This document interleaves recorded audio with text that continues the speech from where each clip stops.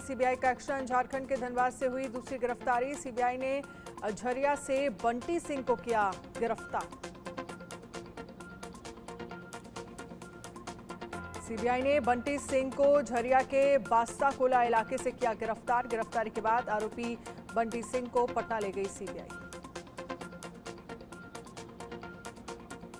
CBI ने इससे पहले धनबाद से अमन सिंह को किया था गिरफ्तार। नीट पेपर लीक के मास्टरमाइंड रॉकी का बेहद खास है अमन सिंह। अमन की धनबाद के बापू नगर से हुई थी गिरफ्तारी।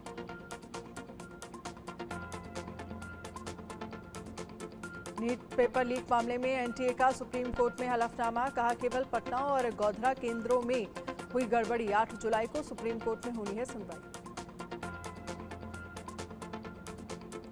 एनटीए ने नीट यूजी परीक्षा रद्द करने का किया विरोध। हलफनामे में कहा व्यक्तिगत उदाहरणों के आधार पर पूरी परीक्षा रद्द नहीं की जानी चाहिए। अपने हलफनामे में एनटीए का बड़ा खुलासा। कहा गड़बड़ी में शामिल छात्रों का रिजल्ट रोका गया। दंडात्मक कार्रवाई और निष्कासन के लिए कारण बताओ नोटिस जारी। नीट पेपर लीक मामले में सीबीआई की ताबड़तोड़ कार्रवाई। पटना से गोधरा तक आरोपियों पर सीबीआई का शिकंजा। आरोपियों से पूछताछ कर सुराग जुटा रही सीबीआई। पेपर लीक के एपिसेंटर पटना में रिमांड पर लिए गए आरोपियों से पूछताछ। मास्टरमाइंड संजीव मुखिया और रॉकी के ठिकानों का पता लगाने में जुटी सीबीआई। झारखंड के हजारीबाग ओएसिस स्कूल के प्रिंसिपल पर भी सीबीआई का शिकंजा। रिमांड के दौरान लगातार पूछताछ कर रही है सीबीआई। झारखंड के देवघर से गिरफ्तार चिंटू से भी सीबीआई लगातार कर रही है पूछताछ। पेपर लीक के एक कड़ी को जोड़ रही है सीबीआई। झारखंड के धनबाद से गिरफ्तार आरोपी अमन सिंह से भी कड़ी पूछताछ। संजीव मुखिया के साथ कनेक्शन को लेकर सीबीआई को मिल सकता है सुराग। नीट पेपर लीक के बाद से ही मामले के मुख्य सरगना संजीव मुखिया अब तक फरार। पुलिस और जांच एजेंसी अब तक उसे गिरफ्तार करने में नाकाम। नीट पेपर लीक मामले में अब तक 6 राज्यों से 38 गिरफ्तारियां। बिहार से 15 और झारखंड से 10 आरोपी गिरफ्तार।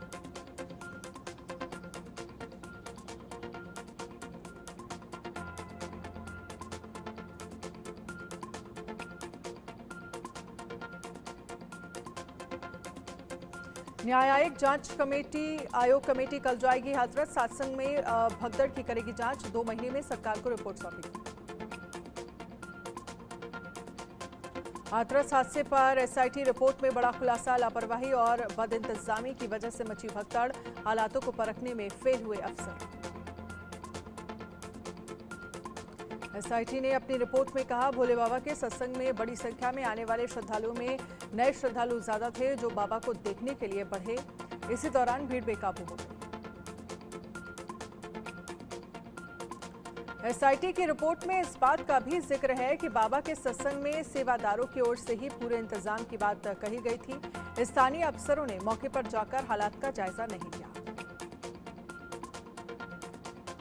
एसआईटी रिपोर्ट के मुताबिक बाबा का सत्संग शुरू होने के बाद लगातार भीड़ आती रही। फिर भी मौके पर मौजूद अफसर हालात का आकलन करने में नाकाम रहे। एसआईटी रिपोर्ट में कहा गया कि सत्संग स्थल पर जो पुलिस बल तैनात किया गया था उसमें से कुछ पुलिसकर्मी ही सत्संग के बाहर लगाए गए थे। ज्यादातर फोर्स सड़क पर भीड़ नियंत्रण और ट्रैफिक मैनेजमेंट में लगी हुई थी। हाथरस हादसे में आयोजन समिति के लोगों पर तथ्य छुपाने का आरोप। एसआईटी रिपोर्ट में कहा मामले में आयोजनकर्ताओं से गहन पूछताछ जरूरी। हाथरस भगदड़ की घटना पर यूपी की मंत्री बेबी रानी मौर्य ने कहा रिटायर्ड जज की अध्यक्षता में कमेटी गठित की गई है। कमेटी की रिपोर्ट के अनुसार कानूनी कार्रवाई की जाएगी।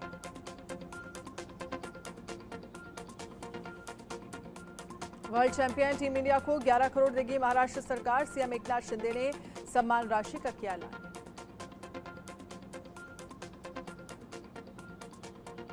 सीएम शिंदे ने अपने आवास पर भारतीय टीम के कप्तान रोहित शर्मा, सूर्य कुमार यादव, शिवम दुबे और यशस्वी जायसवाल को किया सम्मानित।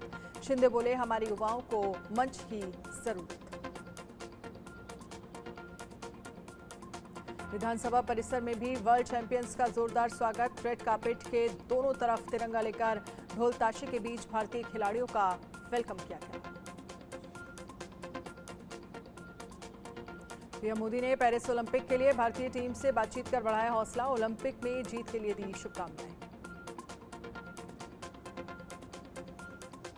पीएम मोदी ने ओलंपिक स्वर्ण पदक विजेता नीरज चोपड़ा से बातचीत की। नीरज चोपड़ा ने कहा, हमारे पास ओलंपिक के लिए अभी 1 महीना है और ट्रेनिंग हमारी बहुत अच्छी चल रही है। पीएम मोदी से बातचीत के दौरान बैडमिंटन खिलाड़ी और 2 बार के ओलंपिक पदक विजेता पीवी सिंधु ने कहा, मैं तीसरी बार ओलंपिक में भारत का प्रतिनिधित्व करने जा रही हूं। उम्मीद करती हूं कि इस बार मैं पदक का रंग बदल सकूं और इस साल एक और पदक लेकर आऊं। पीएम मोदी ने पेरिस ओलंपिक में पहली बार देश का प्रतिनिधित्व करने जा रहे भारतीय दल के एथलीट्स से बातचीत की। प्रधानमंत्री ने खिलाड़ियों का बढ़ाया हौसला।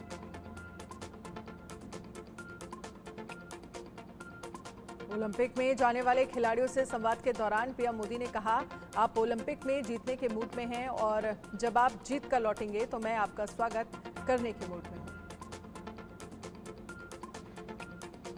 पीएम मोदी ने कहा, जो सीखने की मंशा से काम करता है उसके लिए सीखने के बहुत अवसर हैं और जो शिकायत में जीना चाहता है तो उसके लिए भी अवसरों की कमी नहीं होती। मुझे पक्का विश्वास है कि इस बार भी खेल के मैदान में आप भारत का नाम रोशन करके आएंगे।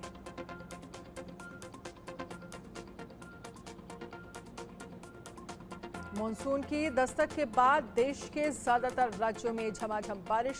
कई राज्यों में भारी बारिश से बिगड़े हालात, लोगों की बढ़ी परेशानी। भारी बारिश से देश का उत्तर पूर्वी राज्य सबसे ज्यादा प्रभावित। असम, मणिपुर, सिक्किम समेत कई राज्यों में जमकर बरस रहा मॉनसून। असम में बारिश और बाढ़ से हालात बद से बदतर। तेज बारिश के चलते बारक घाट की सभी नदियां उफान पर हैं। राज्य के ज्यादातर नदियां खतरे के निशान से ऊपर। असम के 29 जिले बाढ़ से बुरी तरह प्रभावित। 21 लाख से ज्यादा लोग बाढ़ के चलते घर-बार छोड़ने को मजबूर। असम के डिब्रूगढ़, बारपेटा समेत कई जिलों में बाढ़ के हालात बरकरार। गांव बाढ़ के पानी में डूबे। सड़क, रास्ते, पगडंडियां सब सैलाब में जलमग्न। असम के शहरी इलाकों में भी बारिश की वजह से बढ़ी जलजमाव की परेशानी। कई इलाकों में सड़कों पर कई फीट तक पानी भरा। असम के मुख्यमंत्री हेमंत बिस्वा शर्मा ने जल जमाव वाले इलाकों का जायजा लिया। मुख्यमंत्री ने दावा किया कि हालात अब काबू में हैं और राहत बचाव के काम तेजी से हो रहे हैं। मेघालय के मुख्यमंत्री कोनराड के संगवा ने वेस्ट गारो हिल्स के बाढ़ प्रभावित क्षेत्र का दौरा किया। सीएम ने कहा, यहां करीब 30,000 परिवार प्रभावित हुए हैं। प्रभावितों को हर संभव सहायता दी जा रही है। असम में बारिश और बाढ़ से अब तक 52 लोगों की मौत। 29 जिलों के 21 लाख से ज्यादा लोग बाढ़ से प्रभावित। 57 हेक्टेयर से ज्यादा फसल जलमग्न। भीषण बाढ़ की चपेट में असम का काजीरंगा राष्ट्रीय उद्यान। बाढ़ के पानी में डूबने से अब तक 31 जानवरों की मौत। सैकड़ों जानवरों को बचाया गया। यूपी के कई इलाकों में भारी बारिश से बढ़ी लोगों की परेशानियां। अयोध्या में भारी बारिश से सरयू नदी का बढ़ा जलस्तर। उत्तराखंड में 6 और 7 जुलाई को भारी बारिश का रेड अलर्ट। देहरादून, नैनीताल समेत कई जगहों पर बारिश से लोगों की बढ़ी मुसीबत। राजस्थान के कई जिलों में भारी बारिश के कारण जयपुर के कई हिस्सों में जलभराव से लोगों की बढ़ी परेशानी। दिल्ली में बाढ़ से निपटने के लिए दिल्ली सरकार तैयार। मंत्री आतिशी बोली, अगर यमुना पानी का स्तर बढ़ता है तो दिल्ली सरकार उससे निपटने के लिए तैयार है। जम्मू कश्मीर के कई हिस्सों में तेज आंधी के साथ भारी बारिश। राजौरी में मूसलाधार बारिश से कई जगहों पर जलभराव।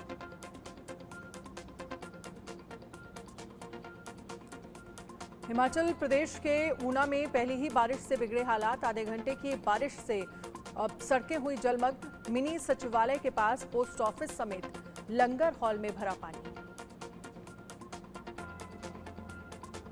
गोरखपुर को सीएम योगी आदित्यनाथ की बड़ी सौगात। Annapurna multi super speciality hospital का किया उद्घाटन। यूपी के बस्सी में सीएम योगी ने विकास परियोजनाओं की समीक्षा की। मंडलायुक्त कार्यालय में मुख्यमंत्री ने पौधारोपण भी किया। मध्य प्रदेश के टीकमगढ़ में सीएम मोहन यादव ने भगवान सदाशिव की प्रतिमा का अनावरण किया। 2 करोड़ की लागत से बना है विशाल प्रतिमा।